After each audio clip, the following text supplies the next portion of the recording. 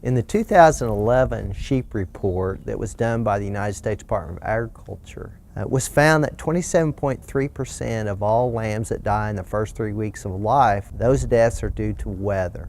Studies have shown that lambs that are exposed to extreme weather conditions are prone to getting hypothermia and hypoglycemia. Hypothermia occurs when the body fails to produce enough heat or the animal is losing too much heat, and usually it's a combination of both. A normal rectal temperature of a lamb is going to be around 102 degrees Fahrenheit with a range of 101.5 degrees Fahrenheit to 104 degrees Fahrenheit.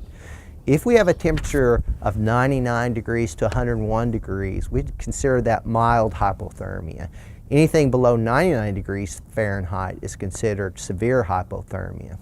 Factors that contribute to lambs being hypothermic are small lambs, lambs that have thin hair coats, lambs that get wet and don't get dry, or lambs that are born in very drafty conditions. Hypothermic lambs will appear weak, gaunt, and hunched up.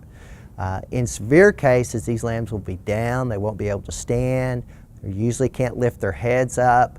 If you touch these lambs, their ears will be cold, their mouth will be cold, and they'll lack a suckle reflex. These lambs need to be warmed up. There are a variety of ways to warm them up. Hot boxes, where we have a box that has a heating source, are very nice ways to warm them up. These can be made or they can be purchased. Placing hot water bottles around lambs is another good idea. Using heating pads. I know people have even used hair dryers to get these lambs warmed back up.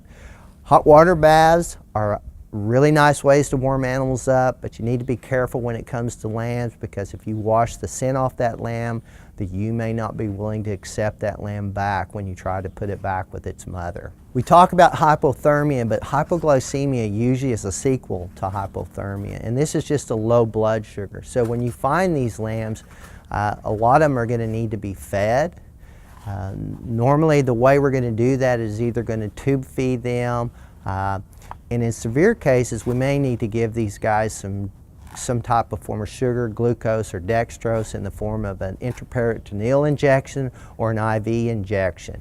Both of these, tube feeding a lamb or an intraperitoneal or IV injections, are two techniques that you can master. I would strongly suggest that you talk with your veterinarian and get him or her to help you learn these techniques, and keep a close eye on them again, because you've got to make sure they nurse, or you're going to be right back in the same situation again. If you'd like some more information about hypothermia and hypoglycemia, just go to sunup.okstate.edu.